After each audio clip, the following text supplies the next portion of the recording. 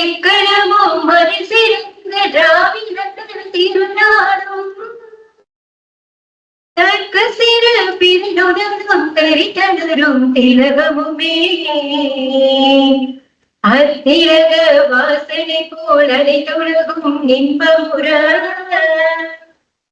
ஏத்திசையும் புகழ் மகனுக்கு இருந்த பெரும் தமிழகங்கில் உன் சீரினவை திறமையந்து செய்ய மறந்த வாழ்த்துதுமே வாழ்த்துதுமே வாழ்த்துதுமே. Quite respectful dignitaries to light the auspicious lamp, symbolizing the beginning of this special occasion.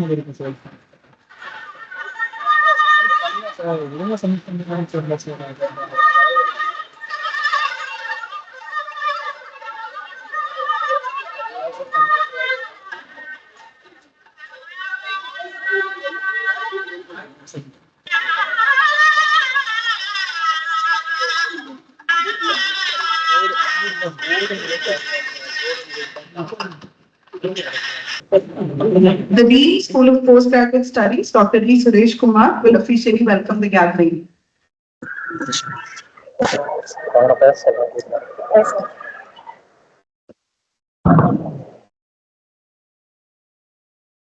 Good morning, everyone. As I was saying, it's my proud privilege and great honor in welcome you all for the inaugural session of the today Agricultural Science, actually the Graduate Science Congress 2024. I'm taking great pleasure in welcoming our most respected and honorable Vice Chancellor Madam, who has kindly consented to be here to preside over the inaugural function in the midst of Madam's hectic schedule. We all know that our Madam is our power, our Madam is our strength. With constant support and motivation of our honorable Vice Chancellor Madam, we are working hard so that the university will reach a higher position. Thank you very much, Madam, for all your support and encouragement. On behalf of Tamil Nadu Agricultural University, it's my privilege in welcoming the most respected, the advisor, NRM Climate Change Division, Minister of Agriculture and Farmers Welfare, New Delhi, Dr. Bhaskar sir, to the Tamil Nadu Agricultural University.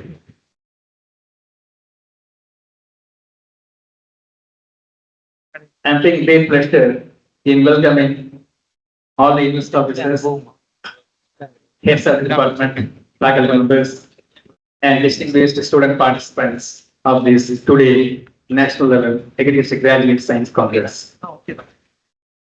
So, at this juncture, as a professional senior, so just I would like to indicate so the purpose of this meeting.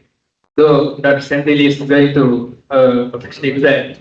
So the purpose of organizing this kind of conference is basically to build capacity among the young researchers and expand their networking in the profession.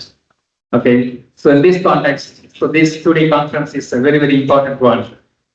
So we are all indebted to our honorable Vice Chancellor Madam for encouraging all of us to organize this conference. The unique feature of this conference is so everything, so right from the proposal, planning, execution, implementation, organization, everything is being done by the students. So we can give big hands to all the students of EMA who have shown much interest in organizing this one. And as a professional senior, so just I'd like to indicate, tell two things to my young student friends. So one is that, so whatever may be your discipline, maybe I guess economics or biotechnology or entomology or pathology, do have a mentor in the profession. So unless you have mentor, you cannot come up, you will not be, you cannot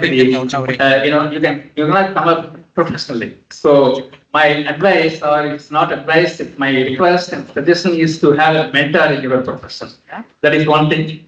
And second thing I would like to say is that whatever the area of research, do specialize. So unless you specialize in your area of research, you will not be known to the world.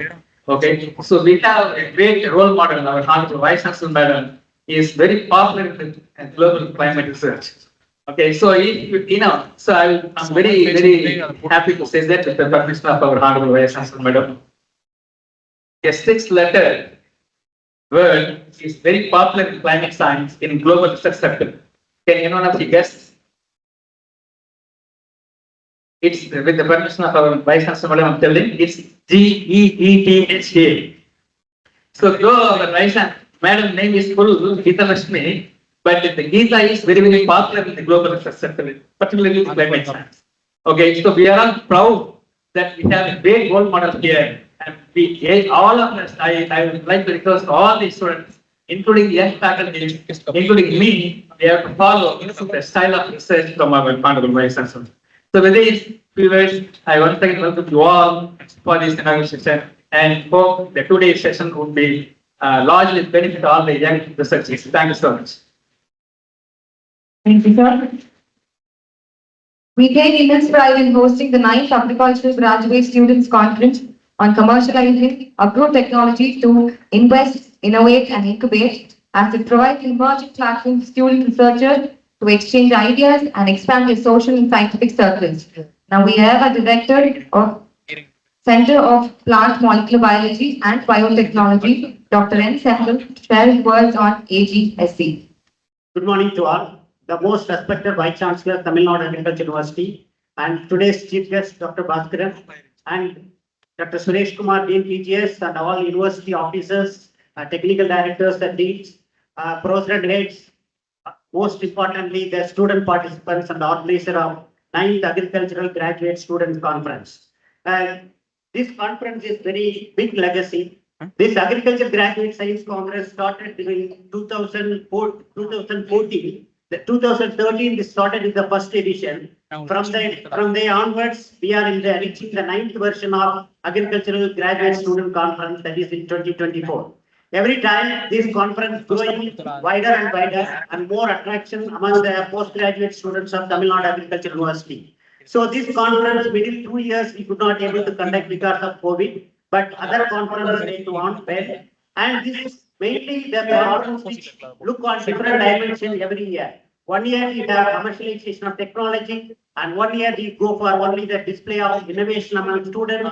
And this year they have the main theme of invest, innovate, incubate. Unless you invest, you cannot incubate. Unless you are innovate, you cannot incubate. So this theme of the conference we designed in such a way that this commercialization, these are all the 3 components in which this whole conference 2 days we are working on that.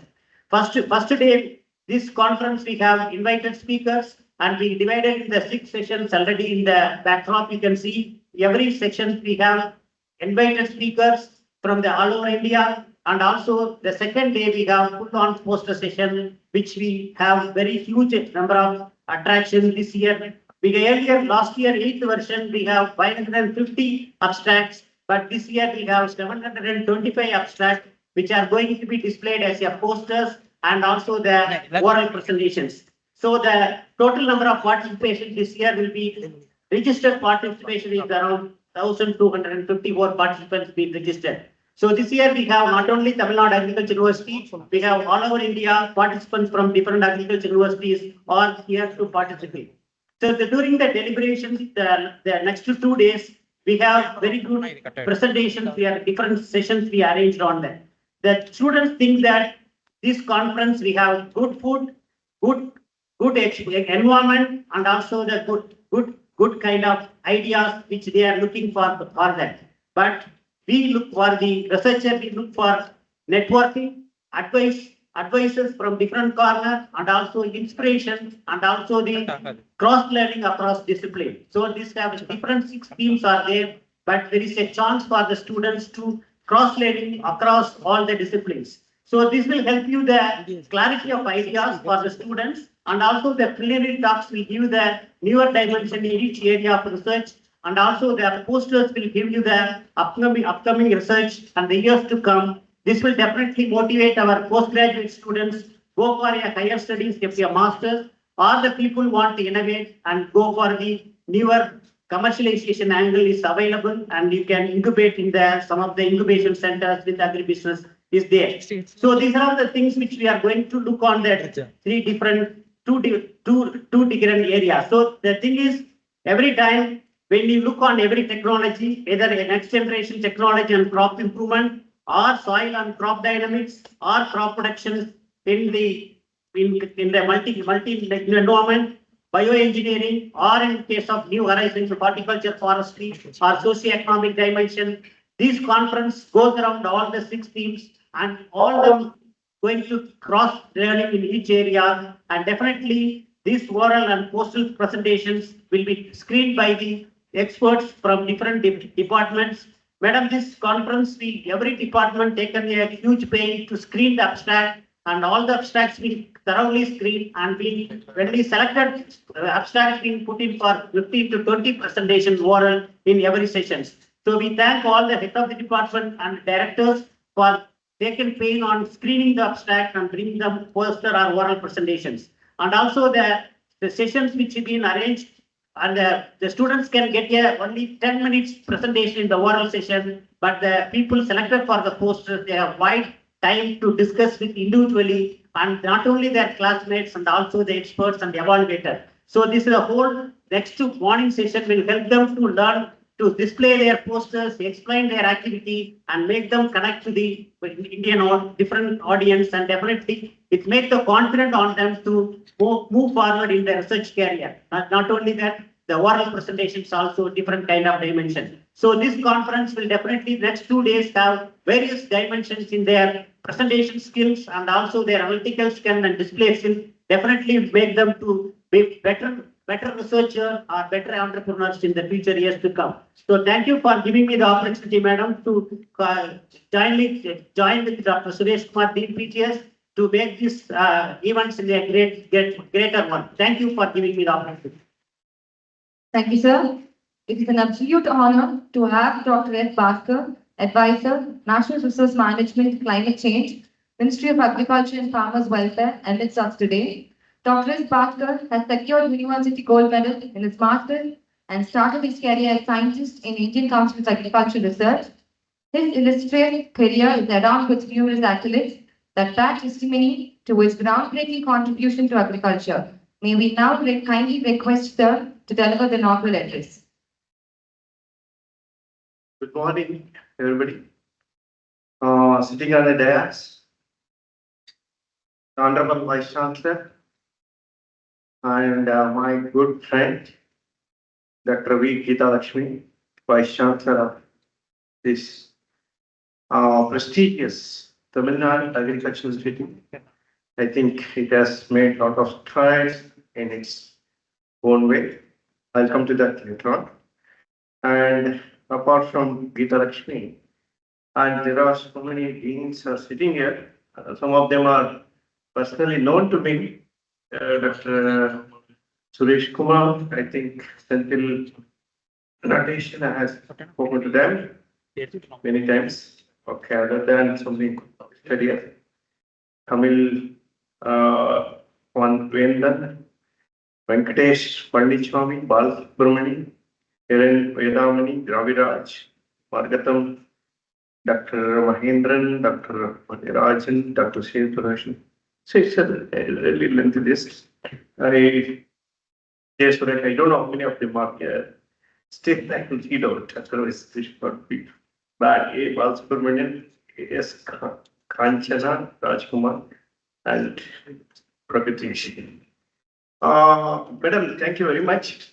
for having me on this dais today for the auspicious inauguration of the 9th Agriculture Graduate Student Conference. Many of them have just now passed out of their degrees, and some of them might have continued or pursued their postgraduate studies in this university itself.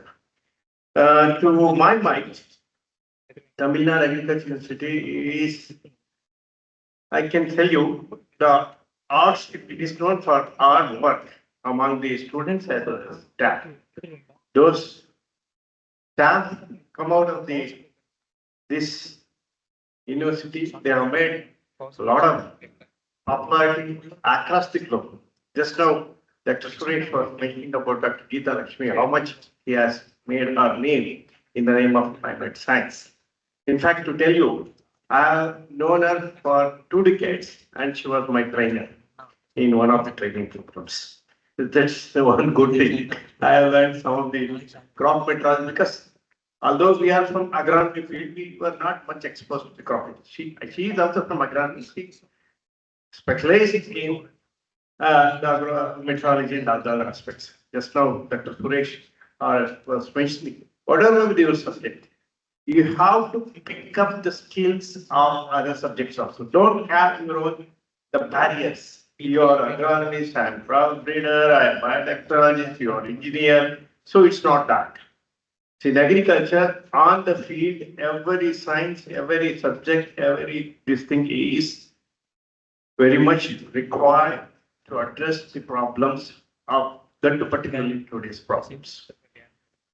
To enlighten you, they have organized into 6 sessions and themes are very well drafted for today's need of the country, particularly in the agriculture sector. The first and foremost, of course, they have listed that is new next generation crop improvement technologies. I think the speed building now every day is even policy makers are asking. Policy makers include both the administrators as well as politicians. The first and foremost, the question either ICR or SAS. I think very recently they had some kind of interaction with SAS in which Honorable Vice Chancellor has participated. 15 Vice Chancellors they have called. They asked for, we want variety within 1 year. Give me the variety.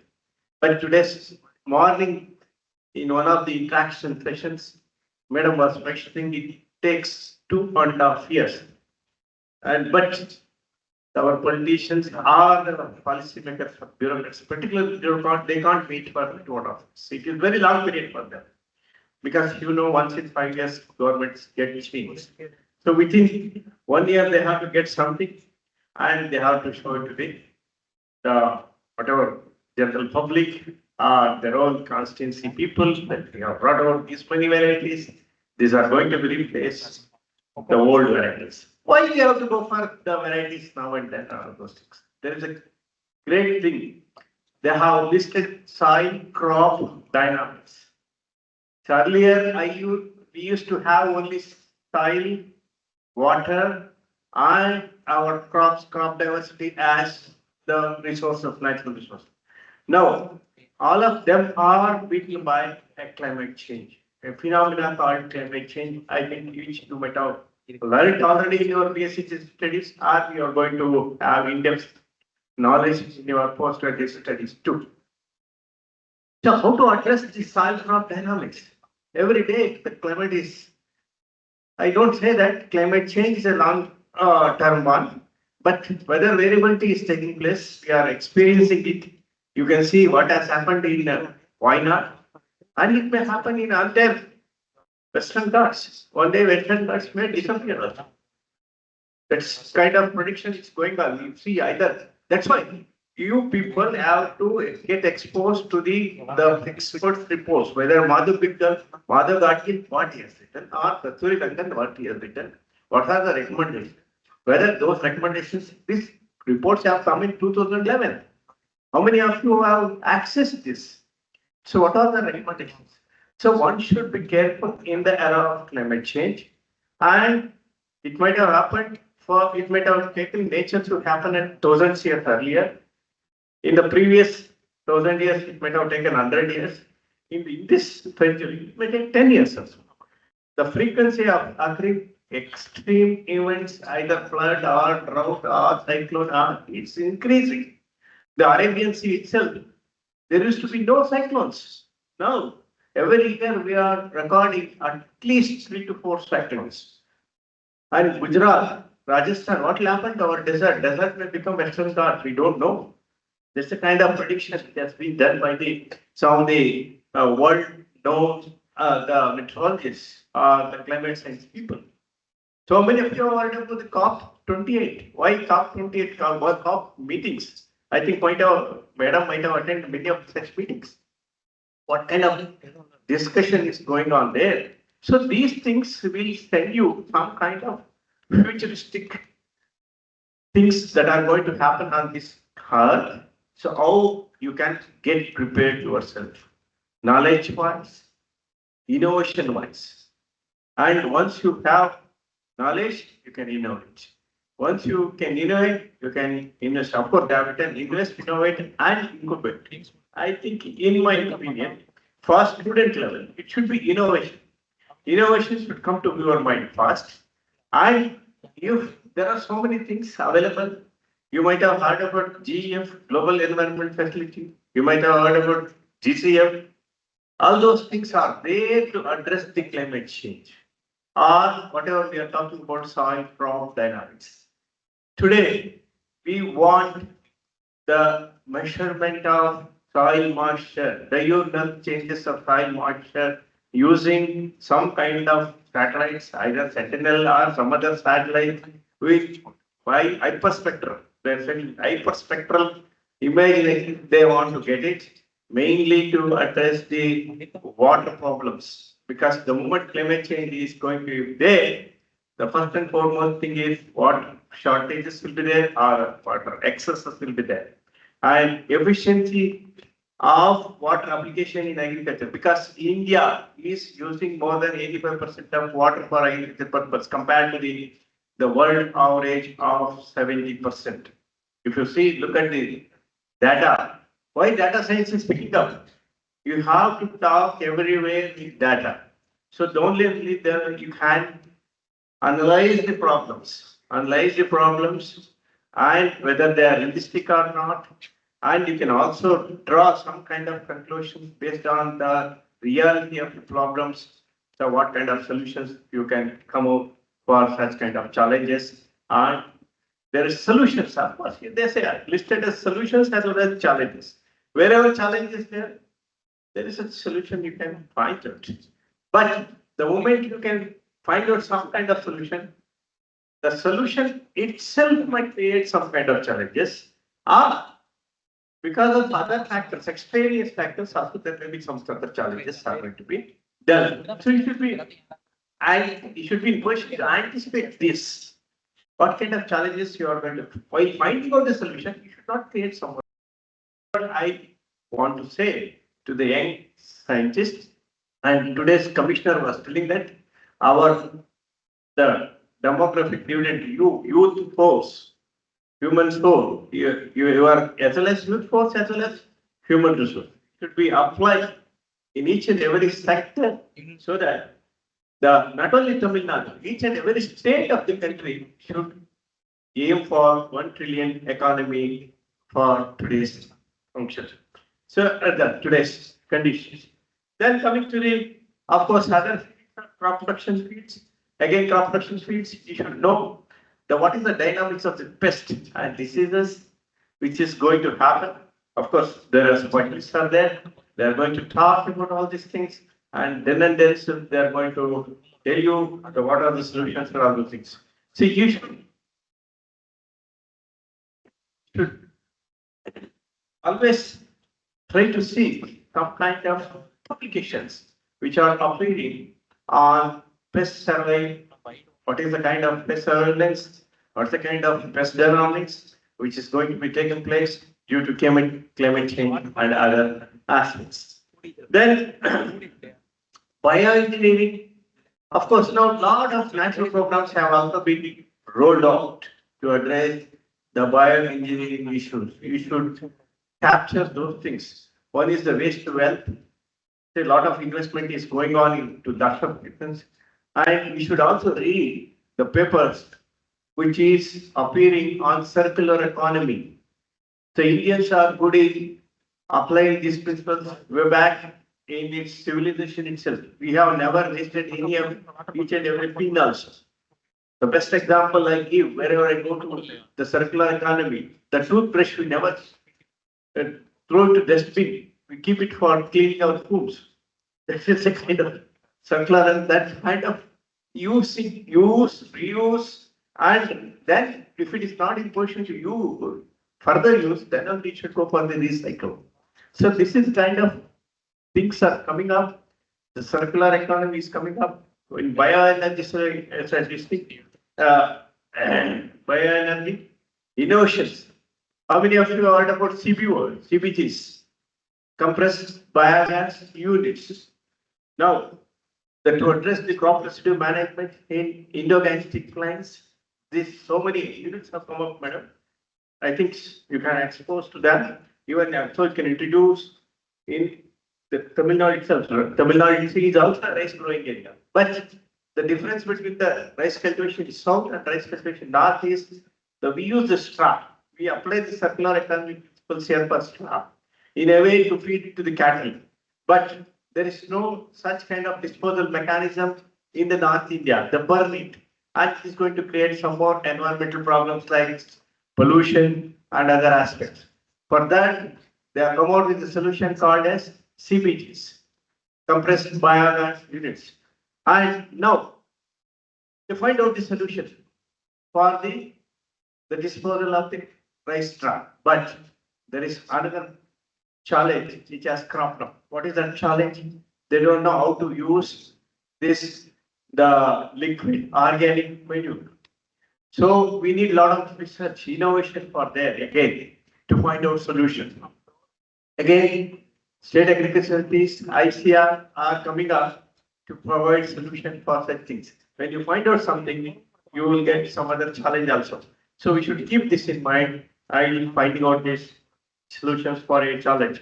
So I don't new horizons. Of course, there is plenty of horizons for agroforestry and horticulture. I was ADG for agroforestry too.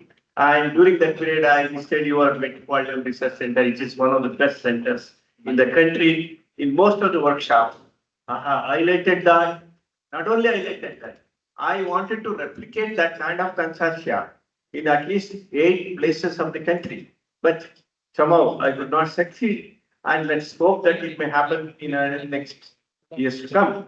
Now, there is an institute called Central Agro Forestry Research Institute in Jhansi. Not only that, there are today's news. I think I don't know how many of you read the Clean Plant Program of central government. Nearly 1,500, 1,600 crores are being invested in that program, and it's going to have 6 or 8 ICR institutes. The moment, of course, they're going to lead, ICR institutes are going to lead, and they may have co-opting SAUs also for horticulture, fruit for crops. Fruit crops are given to Bangalore itself, IHR Bangalore. In that, mango is there, and guava, and some 2 more crops are there. So we can also have some kind of innovation for CPP, particularly youngsters. You can go for incubation in that CPP, that is having clean plant program, which is also addressing the problems of the plant quarantine aspects, many of the quarantine aspects, and it will be having the most advanced nursery techniques, including DNA fingerprinting. Of these, the clean plant, whatever clean plant you are going to generate. Because what happened, we use traditional method of plant propagation and the grafting and all those things. We don't know what is the mother plant, what is the cyan. Cyan, of course, they may yield for some times. And later on, it may not be giving its own true times. One is to have a clean plant and the right genetic material in the field. Another thing is to avoid some kind of the cheating which has used to occur for farmers will also be avoided by this clean plant program. So that is a big program is coming up, particularly for agricultural plants. And agroforestry, of course, there are so many avenues, but the agroforestry which has been successful somewhat only 2 or 3 species. But we need to have some kind of agroforestry research where we can introduce only direct growing trees. Then only it will be successful. Otherwise, no farmer will come forward to address and take up these agroforestry aspects. Then exploring socio-economic trends in enhancing crop productivity. Of course, without farmers' participation or people's participation, it's very, very difficult to improve our crop productivity. Whatever may be the technologies you are going to develop at your research centers or universities, if at all, it has to go to the field and it has to be adopted by the farmers. And this socio-economic background of the farmers is very, very important. Now, the upcoming trend is one is nano fertilizers is one thing. Second one is your drone technology. I forgot to tell you when I talk about the crop production solutions. And for young entrepreneurs, the government has created 15,000 drone DGs. And drone DGs, of course, they have trained Krishi Sakhis to operate this. But if there is some engineering solutions for that, there are some other aspects. For example, even to this day, I don't know whether the formulations of the pesticides or herbicides have been standardized for the drones or not. Lot of things have to be required. So it can be with little tinkering on the field itself, when you incubate yourself, so it's going to find out solutions for the drone applications in a large areas. That's by yourself and by you people getting exposed to the newer. We need, we find lot of central government also is finding it difficult to find the lot of geospatial technologies. We require GIS technologies. RS and GS is going to pick up in a great extent. So I think, madam, we should train more and more students in GIS and the remote sensing technology in coming ahead, because the entire agriculture is being digitalized now. They are creating crops registry, they are creating the soil registry, they are creating farmer registry, and very recently we have completed the agroclimatic zone registry also at national level. And I think we are going to take it up at the state level also. And irrigation resource registry. And it is also not scattered. Data science I was talking about, data is scattered in different ministries. So it will all this data available in different ministries, different departments, different states, different universities, which will be brought onto the single portal, that is AgriStack portal at the national level. The one more upcoming field is the carbon trading in agriculture, which I am going to talk in my lead lecture. So I'll keep that research for you. Thank you, Madam, for giving me opportunity and coming here, standing in this big auditorium and addressing my young friends. And they have a bright future. No need to worry. Indian economy is going up, and every state is talking about a 1 trillion economy. If all the states will become, there will be 30-40 trillion economy, and it will be much more, almost equal to our. We are going to have number 2 in the next 50 or 100 years. Thank you very much. Thank you, sir. We kindly request our beloved Vice Chancellor, ma'am, to release the compendium of abstracts of the 9th AGSC, which is a remarkable collection that encapsulates milestones in agriculture, research and innovation. The first copy will be received by the Honorable Chief.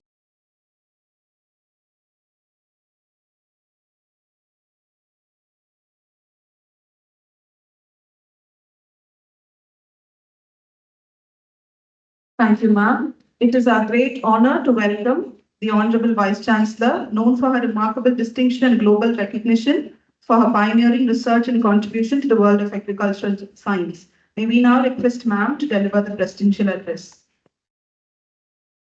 Thank you so much and warm good afternoon to all of you.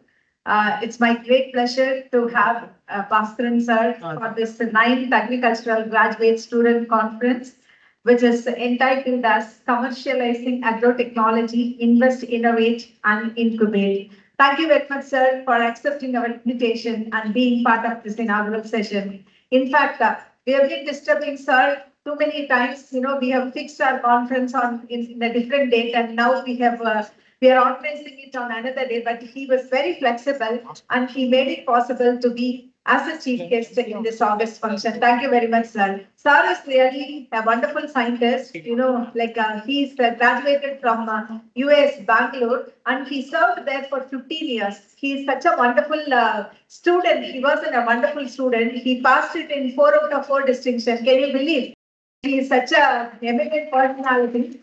And not only that, immediately after this master's, he was selected in the ARS examination and he served in ICAR. So he's a very studious person when he was a student, and once he joined the job, he was also very sincere in developing technologies. He developed many technologies, including soil fertility management, wastewater utilization, climate resilient agriculture, organic farming and natural farming, integrated farming system, everything. As DDG, ADG, he was actually implementing these many programs for the benefit of the farming community. So we are very fortunate enough to have him here on this agricultural graduate conference. And once again, thank you very much, sir, for accepting our invitation. On the dais, there are 2 important personalities who were coordinating from A to Z of the conference. One is Dr. Suresh, another one is Dr. N. Senthil.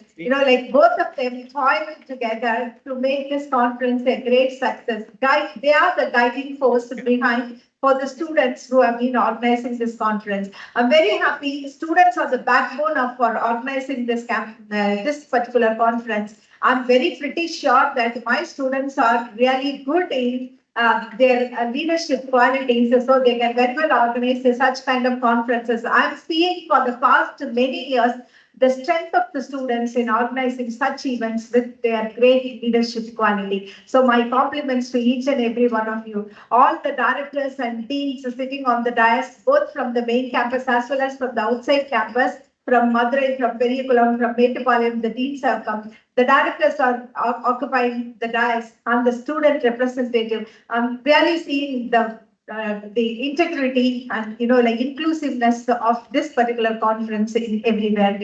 So my compliments first of all, before I go on to talk something about the conference, and my compliments to everyone. And this particular conference is also very importantly participated by some of our retired directors and professors. Thanks, Vijay Raghavan sir, for coming over here and being a part of this conference, and some of the industry partners as well. So really, it's really worth mentioning them. Thank you so much.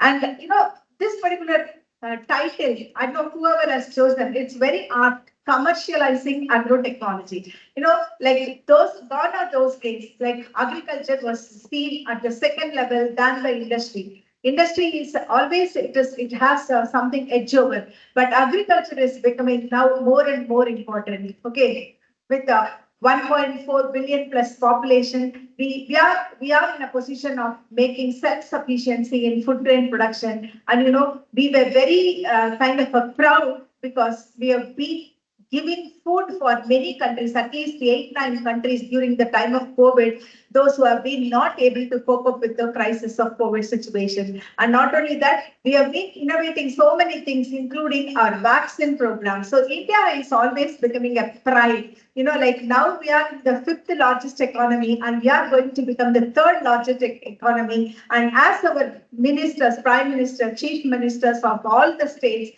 are envisaging that India should become #1 country in 2047, for which agriculture will have to be the backbone for every kind of innovations. So this is the right time that you have taken commercializing agro technologies. Okay, being more than 50% of the farming, 50% of the population is one way or the other engaged in agriculture. So that means the largest population dependent on one sector is agriculture sector. So commercialization is definitely important to make them comfortable in their livelihood. So this conference is towards that. we are innovating in many things, many things, starting from crop varieties, starting from everything, technology, increasing the use efficiency of inputs, everything we are now innovating. Just to quote few, in the case of crop improvement, previously we have been using the simple tools like the common breeding tools we have been using, and we were developing varieties and we were giving to the farming community. Now we are fixing the target. The plant types are being developed. We fix that. I want this kind of a character in the plant with this much yield condition. So towards that, we are working in the crop improvement side. And thanks to the government for supporting us with some of the facilities like the speed breeding facility and so on. So this is very important for us to innovate something and, to make a breakthrough in those kind of technologies. Not only that, the biotechnology people are really working very smartly, identifying the genes that are responsible for certain traits. And this is very important. Without biotechnology, now it will take longer time for us to identify the characters of particular plant and to innovate something. So biotechnology and breeding, together they are joining hands. They are working too good for making some of the innovations in the crop improvement side. And seed technology people, they are working in a very different way. Whatever the way the improvement is done, it has to finally reach to the farming community only in the form of a seed. So they are working in their own way. They are making designer seeds. So that is again one of the area where we are working very nicely. Coming to the crop management side, lot of improvements are happening in the crop management side. Sir was actually telling, Government of India and Government of Tamil Nadu, both the governments are giving a lot of importance for the agriculture. And, very recently, we have been working with Government of India in 3 different projects. One is drone DD. We are part of the people who are actually giving some training to the drone DDs for operationalizing drone. I'm happy to inform that, sir, we got the licensing, drone pilot licensing has been given to Tamil Nadu Agricultural University, and that has given power, and more than 100 students have been provided with licensing facility. And we are working with the drone DDs also to train some of the people who are in the southern India in that area. So that is one thing. Second important program that we are working with the Government of India is, it is Carbon Predict. That is what is the one which we are working with. So directly Basket sir is involved, and he was the person who was instrumental in pushing that project to Tamil Nadu Agricultural University. We are going to play a lead role in Carbon Predict and then finding the protocols for identifying some of the technologies who will fit into Carbon Predict mechanism. So we are going to closely work with the national organizations, and Tamil Nadu Agricultural University will take a lead role. Another important thing sir was actually indicating remote sensing and geographic information system. Sir, I'm happy to inform that remote sensing and geographic information system, we have got a separate department, and this is the only university which is providing up to PhD level, and we have got students who are actually pursuing remote sensing and the geographic information system. And our RS and GA very prompt, they've got drone technology also integrated into it. And, we have identified, we have standardized, we have given standard operating protocols for many things, including the weedicide application, even seeding. Drone is used for even seeding the small, minute seeds. We are using it for seeding. And then we have done the standard operating protocols for pesticide application, fertilizer application, and so on. We are working very closely with IFCO, and, they've given us a big project, network project, and TNA is leading the network project. And we are actually, what we are doing with the nano fertilizers is, now with the drone and nano fertilizers, the use efficiency is increasing. So because of that, we are trying to identify what should be the quantum of nano fertilizers that need to be used and what should be the concentration. Everything is being standardized, and we are giving standard operating protocols in the drone operating system. So this is one area where we are definitely concentrating. And other areas in the remote sensing is now what we are doing is not only we are finding out the standard operating protocols, but we are also into crop monitoring and also trying to identify the health of the crop and trying to forecast the yield of the crop, by which we are giving the government a clue whether to import certain things or we are in the position of exporting certain things. So this is also done by our remote sensing agencies. And another important thing where we are working is wherever there is a natural calamity is happening, immediately we jump in and we do our best to identify or to estimate what is the damage that has happened on the ground.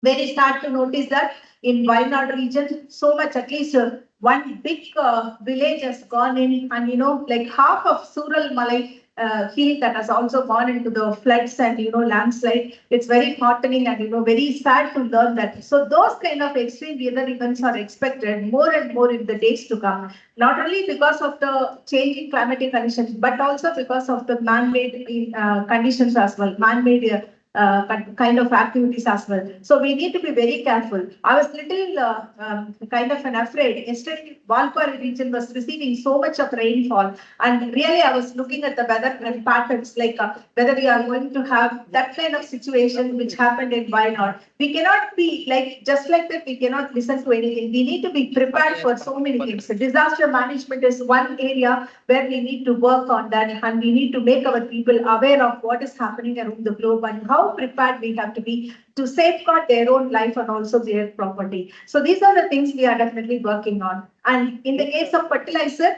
we are working with many things, sir. We have got 3 units of water soluble fertilizer production units in Tamil Nadu Agricultural University itself.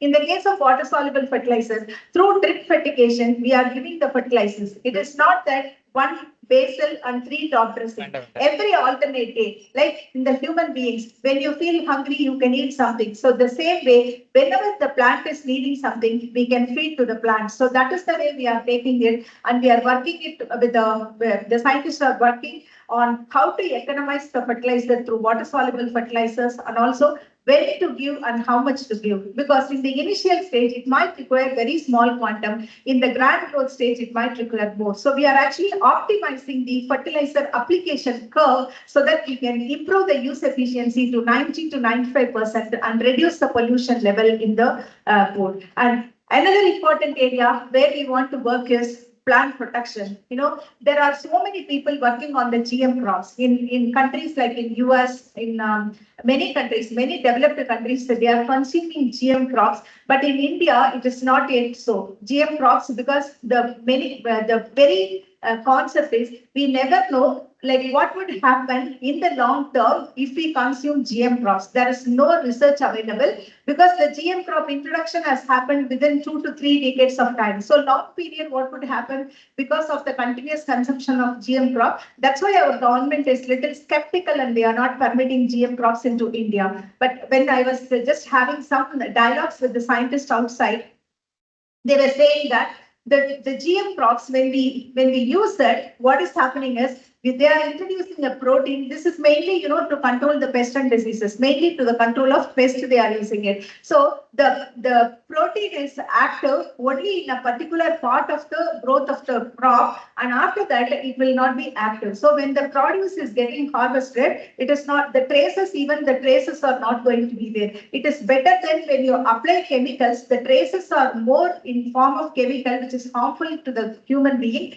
rather than GM crop. But that's a long debate and long investigation need to be done. Let's not get into that debate, but there are things that we can work on, like residue-free farming, and we can also use safe chemicals which can reduce the residues within the system when it is going to be harvested. So we have to just educate the farming community as well, when to give the pesticides and when not to give it, how much waiting period should be there, so that we are not bringing in harmful chemical into our food system. These are some of the things we need to educate. The second important thing which I'm considering is the mechanization. Now nobody is ready to work in the hot sun, so mechanization will be the only solution. In mechanization, a lot of mechanization has happened in the irrigation side because of the automation and kind of things. That is actually giving a big boom, and now we have to go with all end-to-end mechanization. At least for rice crop, we have achieved end-to-end mechanization, starting from planting to harvesting and post-harvest. Now we are working on many other things. Government is insisting us to work on small oilseed crop. Oilseed is one of the things where we are importing a lot. We are not self-sufficient in oilseed crop. So they are asking us to go with the mechanization in oilseed crops and try to improvise the area on the oilseed crop where all your innovations are needed. Like our chief guest said, young minds are really always fresh. We will be throwing some lights through our experience, but you will have out-of-box thinking, and always young minds will have lots and lots of innovative ideas. We are looking forward to have a lot of innovative ideas from the young minds sitting in the hall as well as outside, and we will definitely give a shape. If you just come with a small idea, we are there to help you out. We are there to financially support you to make it as a proof of concept and to make it as a prototype and further develop it as a business model. So we can actually help you financially, technically, and also we can nurture you with many more technical support. So this is commitment to Tamil Nadu Agricultural University is ready to give. So I request all of you, rather than going for jobs, you just think and innovate and be a job provider. I always think and remember, when I went to Forest College and Research Institute, one person who studied in Forest College and Research Institute, who took actually this soil science, Gopi, I'm just talking about Gopi, who took soil science after his undergraduate in forestry, he took soil science. And his problem was like in the vermicompost. What he did was he just did it with a passion. The thesis work was the vermicompost. Then he went, and he is not from a big family. He was from his father was a school teacher and his mother was a homemaker. So nothing big was there at their home. He just went and expressed his idea. I want to become a business person through my knowledge which I gained through my masters. But his father was not supportive. He said, better you just keep everything away, go for a government job, you go write exam and go as an agriculture officer. But he was so adamant, and his mother supported. She gave some 10 or 15 sovereigns of gold that she was having, and that was his first investment. You know, now we are not able to imagine the way he has grown. I was actually, I admired like anything. He called me for opening his NABL accredited laboratory for testing the biochemical, biological kind of fertilizers, and I went and opened it. I could see that he purchased at least 100 acres of land. He is actually doing a lot of organic fertilizer production, and he is supplying it for, and Government of India is also supportive. What Government of India said, they have just passed a policy, whoever is selling fertilizer, chemical fertilizer, they should also tag and sell 10% of their sale as organic one. So that was a great boon for him. And now he is owning more than 100 acres of land, providing 200 families employment. He is providing food for them, taking care of their education. I was feeling so proud to associate with them and went and opened his facility. So that is the type of small thing. Without ignoring anything, you know, you learn something, but you have to also practice it when you are coming into your own lifestyle. So this is one story, success story. I'm seeing it, so I'm just sharing it. Sir, to the chief guest, now the students are not, they are just taking anything as their research problems, sir. We are actually conducting some of the think tank meetings. We are inviting the experts from outside the country and also from the national level. Each and every department conduct a think tank meeting, and they list out a few topics of current importance. That topics are exposed to the students. The students are given freedom to choose the topics, and according to the expertise available, the guide is provided. And our expectation is bringing high impact factor journal article patents, and they should take it as a venture for their future. So that is what is the expectation. Now Tamil Nadu Agriculture University H-index has gone to 115 or so from something around 82 or 83 in the last 2 years. So we could make a big jump only because of you. Okay, only because, and you know, there were many students who have been successful in writing review article in their own this one, and we have kept a base that nobody should publish anything below 6 NAS rating. So everybody are now publishing above NAS rating 6. Some of the students were really finding it little difficult. I'm just announcing it here. Those who are going to submit the thesis, but you are not able to successful in writing the papers, what you have to do is we are giving without any financial constraint. You can go, you can keep trying to publish. Once you publish, you can come and submit, and you are not going to be charged anything extra in terms of registration fee or something. That's what we are offering to you. So that, but the thing is, you please submit as quickly as possible. Try to be successful enough. I'm hearing some murmuring, but there is no going back below 6. Okay, you can just ask that in the future also, if you want to achieve anything, 6 is the base NOS rating that the ICR is also keeping. It is for your betterment. Try this time. If you are not trying at this particular point of time, you're not going to succeed in life. My best wishes to all of you. I'm sure this AGSC conference will be a great support for each and every one of you. You will learn a lot of things with the 6 thematic areas that they have given. They are organizing it in a very nice way, that there are lead lectures and there are oral presentations and there are poster presentations. Okay, I could hear so much of murmuring, but no going back. Okay, my best wishes. I'm very happy to declare open the 9th Agricultural Graduate Science Conference with the theme Commercializing of Agro Technologies, Innovate and Incubate. Thank you very much for the great opportunity.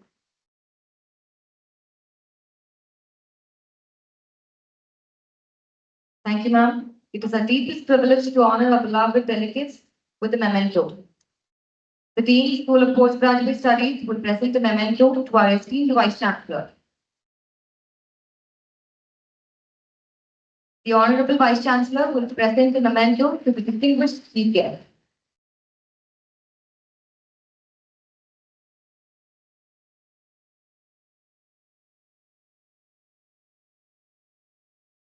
Postgraduate student will present a memento to the respectful dignitary of the dais.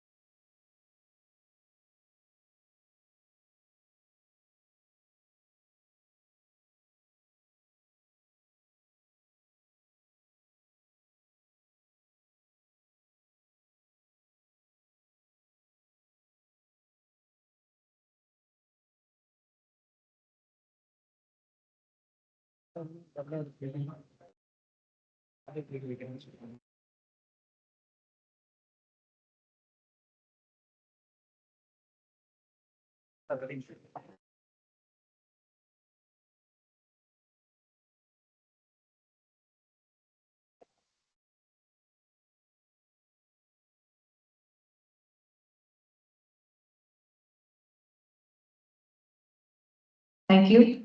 We will now have the felicitation by our honorable university officers. We invite Dr. N. Venkatesa Palnichami, Dean, ACI and RI, CNAE Coimbatore, to approach the audience. We welcome you all to the lead talk on potentials of carbon trading in agriculture by Dr. S. Bhaskar, Advisor, National Resource Management, Climate Change, Ministry of Agriculture and Farmers Welfare. Dr. S. Bhaskar graduated from the University of Agriculture Science, Bengaluru in 1984, obtained Masters in 1986 and PhD in 1990, securing University Gold Medal. He started his career in 1990 as scientist in Indian Council of Agriculture Research through All India level competitive examination of Agriculture Research Service with distinction. Implemented extramural projects worth around rupees 500 lakhs and recognized with certificates of merit and cash awards. He has published more than 100 research articles in peer-reviewed national and international journals, 50 popular articles, 20 books, and book chapters. He has visited China, South Korea, Malaysia, Thailand, Kenya, Sri Lanka, Indonesia, and Nepal, and participated and presented research papers in international conferences and meetings. His exceptional contribution has earned him many prestigious awards, including ICAR Best Teacher Award, Indian Society of Agronomy Gold Medal, Best Scientist Award, and more. It is a great honor to have you with us, sir. We kindly invite you to deliver the lead talk on potentials of carbon trading in agriculture. and my beloved young friends, just fresh graduated. And today I chose to talk on carbon markets. Of course, now it's a upcoming field. Actually, for agriculture sector, they call it voluntary carbon markets. I'll tell you what is voluntary and what is non-voluntary and all those things.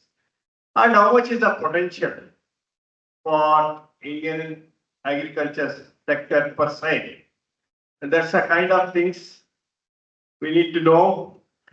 These carbon markets already picked up at global level, even at national level.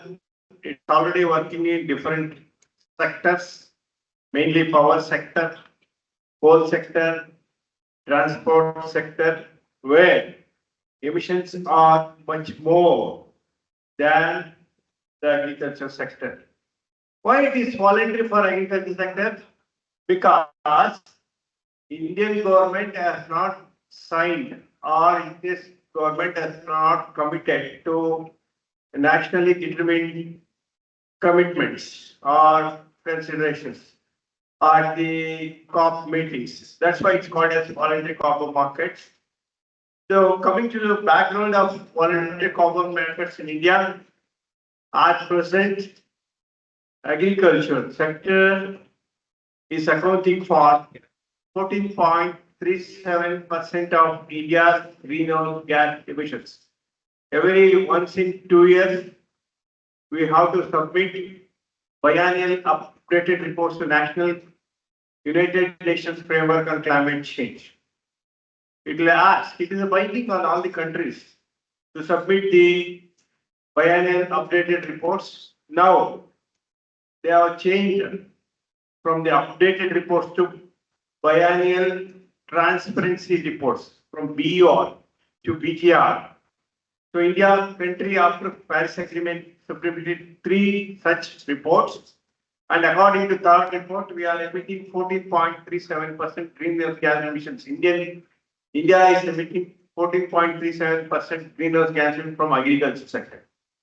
Annual emissions from agriculture in absolute terms, in absolute carbon dioxide terms, it is 400 million tons of carbon dioxide. Whether you emit as a carbon dioxide or as a methane or as nitrous oxide from agriculture, fertilizer management and all those things, it's all equated to carbon dioxide. That's why it's called carbon dioxide equivalence.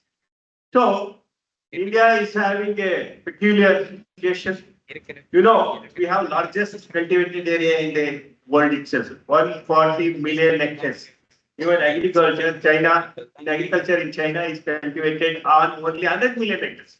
Whereas India is having 140 million hectares, one of the largest in the world. Not only one of the largest, I don't want to say that it is the largest cultivated area in the world, net cultivated area in the world. And if you see this scenario, 50% of it is rainfed. We depend on the rain god, particularly from June to September. And 86% of our farmers are very small and margin farmers. And that's why our agriculture is more vulnerable to climate change compared to anybody's agriculture in this world. So, national to address the climate change in India, the government of India has started National Action Plan on Climate Change in 2008, and under which 9 missions have been started, launched. One mission is exclusively meant for agriculture, that is called National Mission on Sustainable Agriculture, mainly to promote adaptation measures to reduce the emissions and potential, and it should also have at the time potential for generating carbon credits. And as I mentioned already, NMC is one of the 8 missions. Now, of course, they have added 2 missions. One is National Mission on Health, and they have also added National Mission on Transport also. I think it might have reached now 10 missions. And agriculture is one of the missions. So there is a need for creating a voluntary carbon market mechanism in India. Mainly, this is being thought to incentivize those farmers who are going to adopt sustainable agriculture practices. Because promoting sustainable practices on the field, it requires investment. And if you say Punjab farmers to change over from paddy to maize or Haryana farmer from paddy to change, they will not change because they ask for money. We are already getting this much income from the rice field system. Can you compensate? We cannot compensate. Under such situation, voluntary corporate markets is the mechanism so that we can convince the farmer. If you adopt these practices, you can generate carbon credits, and those carbon credits can be sold in the international or domestic markets, so that people can earn money. That earning money can be passed on to the farmers so that they can be benefited from the loss which they are going to face due to crop diversification or adoption of natural farming for natural based solutions, agroecological based farming and all those things. Because we have to move. There is no other go. So we have Indian agriculture scenario, if you divide, we have three phases.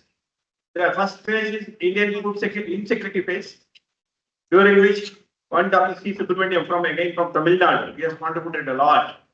And one Dr. MS Swaminathan as a DG of ICR also contributed a lot. They have brought in green revolution, particularly in the irrigated ecosystems, that has solved our food security problems. Now, food security is over. We have reached second phase food security, and we are eating food surpluses. By exporting surplus food, India is gaining about $400 billion every year. So we need to think about those things. We are in the third phase, exporting phase. The insecurity phase, security phase, food security phase, now exporting phase. And if you see, why? Because domestic voluntary carbon market has to be generated, created, because internationally, as on today, the carbon credits being generated in the sectors like agriculture and other related sectors which are not having NDC, they are not being easily marketable. So we have to have domestic markets at least to offset the carbon credits to the other industries which are creating or generating the GHGs. So how do we do this? One is sustainable agriculture, another one at the same time we have to build climate resilience, that is climate resilient farming practices to support the incomes of the farmers mainly, and to improve the soil health and also bring in climate resilience.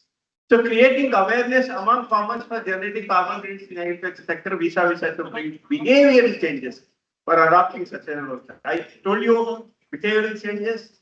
Suppose we have been telling in the deficiency of water, we have to reduce the consumption of water by water guzzling crops like rice and sugarcane. Wherever, whichever the part of the country. I am telling, I am not necessarily addressing for the Tamil Nadu or Punjab farmers. Wherever rice is grown, rice water utilization should be reduced. So what are the methods? There are the methods, I'll come to that. We can switch over to those methods. But there will be yield penalty when you switch over to the other methods of rice cultivation. Normally, farmers will ask for the compensation. At that time, when farmers ask for the compensation, the carbon markets is the one of the solutions. So agriculture contributes 18%. Even today, 18% of GDP, nearly 1/5 of the GDP is coming from the agriculture sector. India government cannot ignore the agriculture sector at any time. And in future, it's going to be much more important because much of land is being lost for constructing national express highways, for constructing dissect and all those things. So many things are coming up. Seaports, airports, and everything is coming up because that's also required for development. When we do that, we may lose the fertile agriculture lands. The land is going to be shrunk, and we have to produce more and more socio-economic. The role of socio-economic this thing for crop improvement. That's what they are going to talk in that session. How you are going to contribute for the crop productivity under the guise of changing climate, under the changing developmental phases in the country. So if you want to become a 30 billion, 30 trillion, 40 trillion economy, you have to change the shape of the Indian economy. How do you do it? You have to get into all these things. Okay, we have to produce more and more with the less and less land. Then by the year 2000, annual losses up to $9 to $10 billion. See, this is being caused by the climate change itself. So again, you have to promote the sustainable practices are the climate resilient farming practices. So if you see the graph, you can see what is the extent of emissions again within the agriculture sector. 54% is coming from the livestock sector, 17% from the rice cultivation alone. So these are the major issues. The livestock and rice is emitting methane, which is having more the global warming potential compared to the carbon dioxide. So we have to reduce more and more, although we have not signed any international agreements to reduce the methane emission. It is our duty. If at all you want to address the climate change issues and climate resilience, climate smart practices, these are the things which are going to help us. Then carbon trading. What are the ways? One is trapping. By trapping, global has started gaining momentum in India. We have to tap whatever the global markets are there at present till we establish our own markets. And multiple local initiatives are already running to generate value by selling carbon credits. Local initiatives means, and there are so many companies. I think Indigo, you might have heard. Indigo has sponsored a very big project to capture the carbon credits. Aviation fuel is also causing a lot of climate change, that to global warming. So they are also financing certain projects in the agriculture sector to promote the sustainable agriculture practice so that it can generate carbon credits. For setting up of, we see here India would consider creating demand for VCMs, that is building a robust supply pipeline.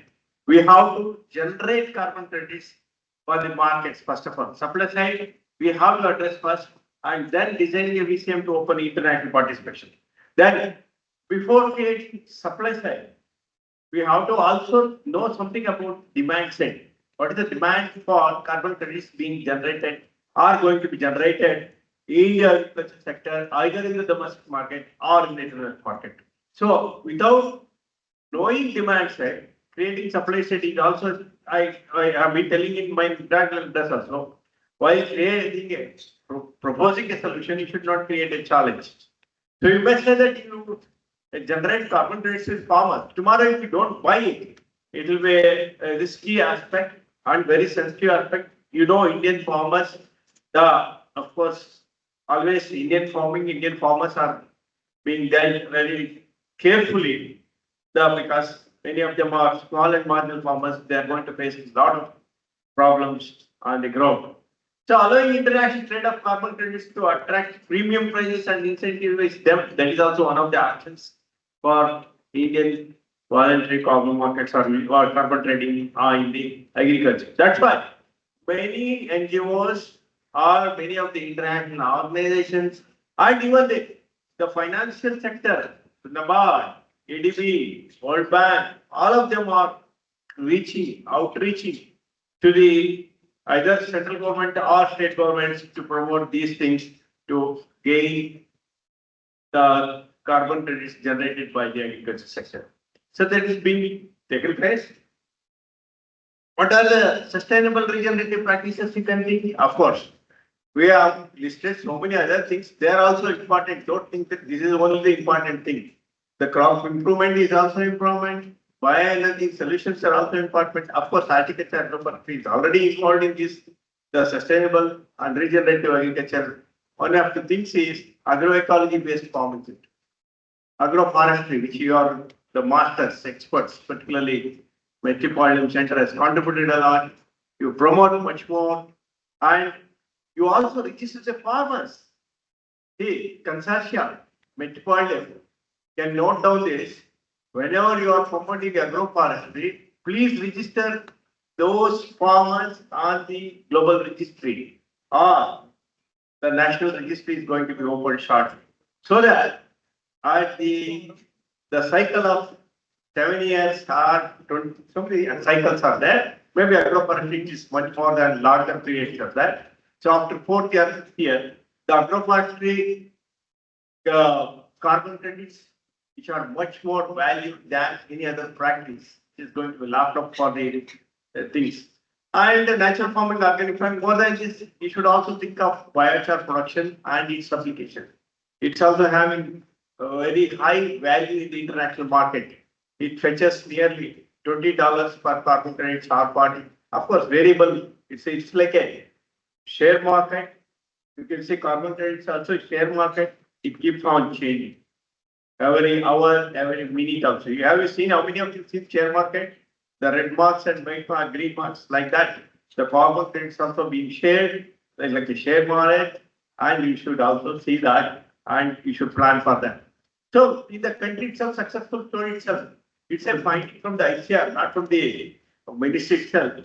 So, ministry has created a micro irrigation potential of 13.5 million hectares. And as per the calculation computation, it has got capacity to reduce 11 million tons of carbon dioxide annually. So this 11 million tons of carbon dioxide annually means that is as good as generating. So that is going to fetch some value in the international markets. Even if you keep $2 or $1, whatever it may be, or through $10. So for different kind of activities, there is a different rate and price. And integrated farming systems, again, this is the contribution out of 74 IFS models, 2 or 3 are from the DNA itself. I don't know how many models they have contributed for these 74 prototype models, which has been documented perfectly by Indian Council of Agriculture Research. And in that, we have tested and validated that 45 models are carbon neutral in nature. Even though it will have a livestock as a component, the livestock emissions from the livestock is being offset by the other good agriculture practices. Such kind of combinations we have to come out. And if it is not carbon neutral, if it is carbon neutral, it is not going to fetch any carbon. It should be carbon positive farming. They say the carbon positive farm. That means then you get for every one credit generated, you will get the value in the markets. And soil management practices, particularly balanced use of fertilizers, you know very well. I don't want to talk about that. Neem coated area, India is the first country to introduce neem coated area in 2014 itself. Of course, at that time there is no mechanism of carbon trading or carbon markets, and we cannot claim for this. And to claim any carbon credits, they say that baseline survey. Before practicing anything, we are not doing this, and now we are going to do this. For that, you are going to get the additionality. They say that additionality is one of the classes. For that, you will get the price of credit. The agriculture mechanization, timely operations, of course, Madam was telling, the Chancellor was telling how agriculture mechanization can bring a lot of transformation in Indian agriculture, mainly in the form of timely operations. And in many places, conservation agriculture is being promoted. Two things, conservation agriculture, without mechanization, conservation agriculture is not possible. Second thing is conservation agriculture itself, because of the residing cooperation and all those things, it has got a lot of potential for generating carbon credits in the agriculture sector. And transition to green energy, of course, is already happening, in particularly the pumping of water from for drip units and all those things. Solar energy is being used, and other kinds of electric energy or any other renewable energy sources, if you use it, that will also attract the carbon credits. And climate resilient agriculture, crop diversification, millets, particularly millets, which is having a low water requirements, and which also consumes a lot of low fertilizers. So these are all very candidates, very good candidates for generating carbon credits and getting the carbon credits. And I already mentioned alternate technologies in rice. to reduce the methane emissions. DSR is there, DSR is the alternate wetting and drying method is there, and all these things are very, very important to be promoted because rice cultivation alone contributes 70% of GHGs from the agriculture sector.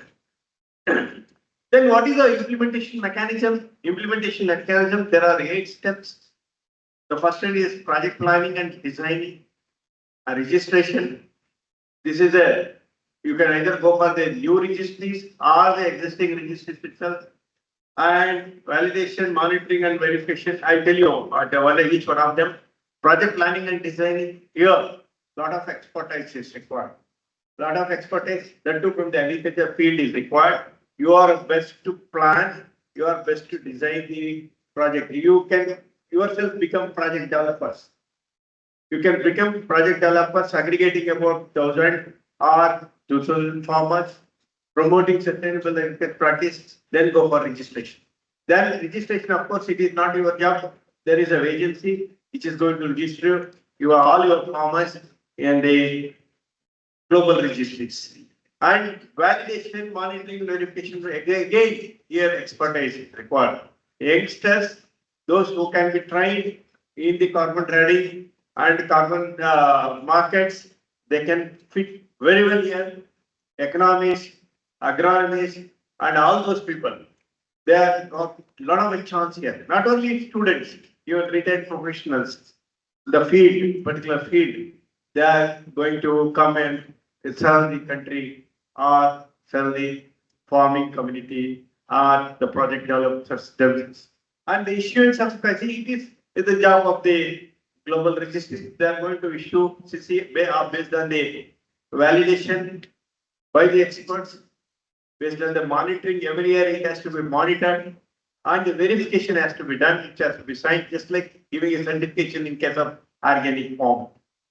So if you complete this process, the carbon credits will be issued and then it will be traded in the global markets and as well as in domestic markets. Trade of carbon credits. Just I am giving the glimpse of it.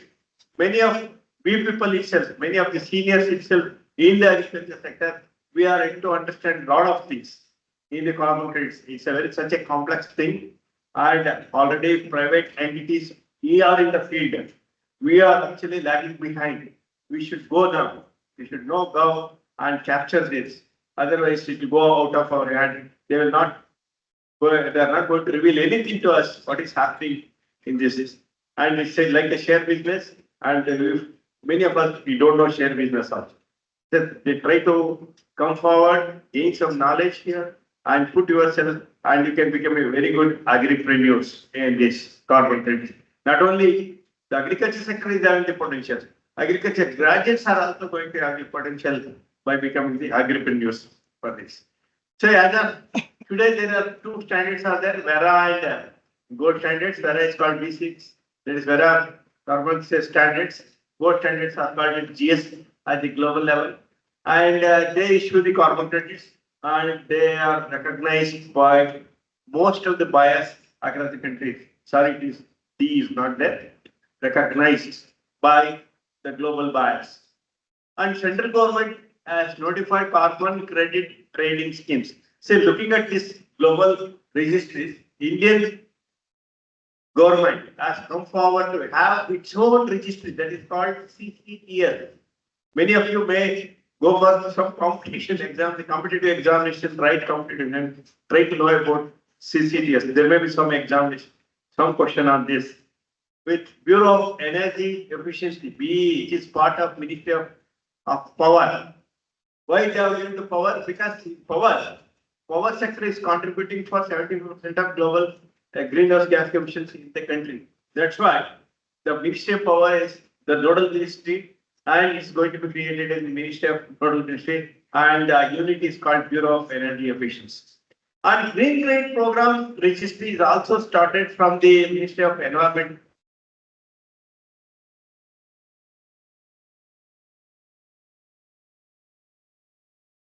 The people who follow mission life, particularly it is somewhat related to mission life activities I told you waste to wealth, in all circular economy practices and all those things. Not only in the agriculture sector, in general, any of the sector, if you follow some kind of responsible production and responsible consumption, such activities were also qualified for this green credit program, and registry is done by ICFRA, that is Indian Council of Forest Research and Education, Dehradun. Then regulatory administrative, of course, supply side, I told you already, we have to very important to achieve successful implementation, important on farmer education. We have to create a lot of awareness for the farmers. And capacity building, we have to build their capacities. The climate change itself is not being properly understood by the farmer community, and we have to teach them about the climate change first. Then we have to teach them about the carbon credits and its potential, and finance them. We have to finance them, which can be facilitated by Ministry of Agriculture and Farmers through knowledge sharing sessions and all those things. And MOFW can also create awareness among its state level officials. They are being done. Buyer side can promote the inventory or database we are creating. Who are the buyers at the national level? Who are the buyers at the international level and all those things. And there are so many enablers we have listed. NABARD is one. We have given major responsibility to NABARD. NABARD has got greater role because GF and GCF funds are being managed by NABARD in India. They are financing the climate projects in different states, different organizations, different districts. And NABARD is also a bank, and it's signed some kind of agreement with some kind of NGOs at national level, and both at national level and international level to promote the carbon credits in agriculture. Mainly, their watershed programs and the tribal development programs, they are already registering the farmers for the benefit of the carbon credits. So like that, we have to initiate in every, and large foundations, including CSR, can also provide funding support and contribute to build the capacity at local levels and all those things. Not only that, the CSR funding maybe I'm saying maybe, I'm not the one who is going to decide at the national level because a policy maker, and so many things are there. CSR may be diverted for implementing this. It's a win-win situation because for those industries, they want to buy carbon credits. And if the fund for sustainable agriculture practices, they can offset the deficit carbon credits with them, and they can also run their show. Of course, many stakeholders in this, farmers and land workers, they have to adopt some kind of natural these things sustainable agriculture practices like conservation, soil carbon sequestration, and generate carbon credits. And of course, central government, mainly the departments, state departments, development organizations, NGOs are involved in promoting the sustainable agriculture practices, and they also provide technical assistance, capacity building, project developers. This is what entrepreneurs and startups I want to highlight, because this entire conference is made for commercializing agro technology, invest, incubate, and innovate. Here, your role is much more. Many of you can become entrepreneurs and agripreneurs, and you can have your own startups. You can incubate them, and you can develop VCM projects. You can become a project developer, and involve the farmers. You can register them, and there is some kind of the incentive for project developers also. And of course, it's very huge now. Private entities are playing the game, and you can also become one among them. Of course, registration certification bodies are there. They are the only approved bodies, recognized bodies. We cannot do much. And verification bodies, I don't know. I already told. If not for the youngsters, the experience for determining the quality of the carbon products, because the quality, the price of the carbon credit is based on the quality of the carbon product. In what way you are going to produce these carbon credits? For example, biochar, it's having the highest value now. the carbon credit generated through biogeography is having highest this thing. And there is also one more this thing, there's a kind of application. It's a basalt application in agriculture. Basalt application is agriculture is coming up in a big way. I think you are working with this thing. Yourself, last person, you're working with some NGO. Science. Okay, no, I confused. There is one person who is to attend some of the meetings in carbon credits. He just resembles you. I thought you are from that agency and all. Okay, then carbon credits buyers. Of course, this also it is not in our hands.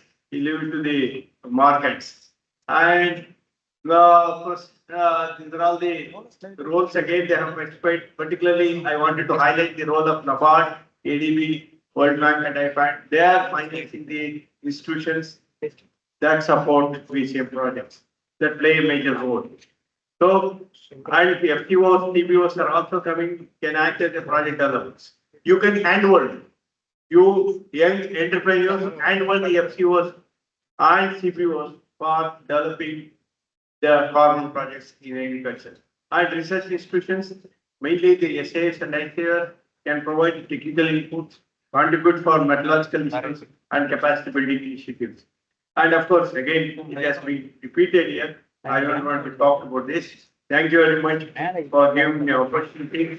I think the potential in future is the carbon credits and climate change and the agriculture practices which can address the climate change issues in future. So it is affecting each and everybody. Each and every individual is getting affected, and please think about it and read more and more about the climate change aspects. Nowadays, you don't need to go to any libraries. Library is there in your mobile itself.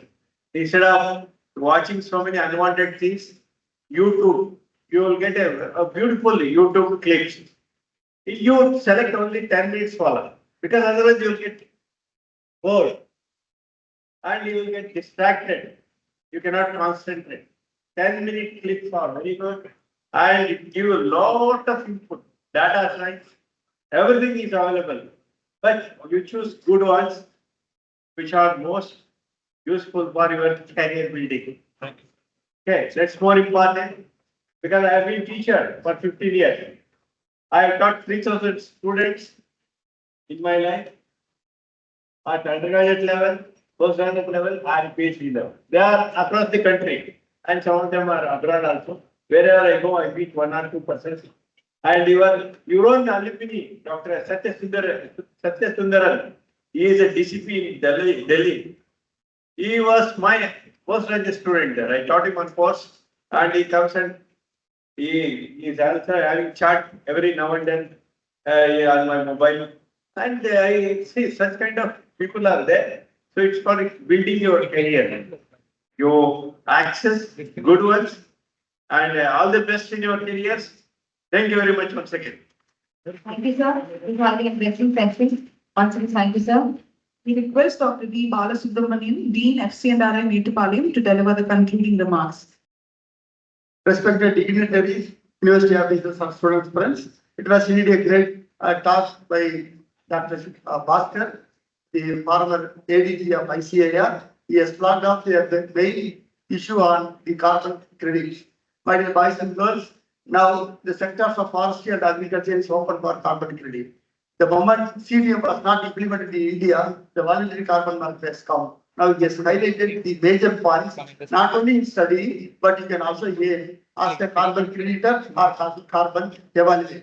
So these are all opportunities available in the forthcoming years for the young generations. Thank you, sir, for your wonderful speech. It was really very informative on the future prospects for the students of this institute. Thank you very much for accepting our invitation. Thanks, Dr. Suresh Kumar, sir, for giving me the opportunity. Thank you very much. Thank you, sir. We are happy to honor Dr. P. Rajkumar, Dean, AEC and RI Kumulur, with a memento. We call upon Mr. V. Pragdi, Student Organizing Secretary, Extension Education, deliver the official vote of thanks. Good afternoon, everyone.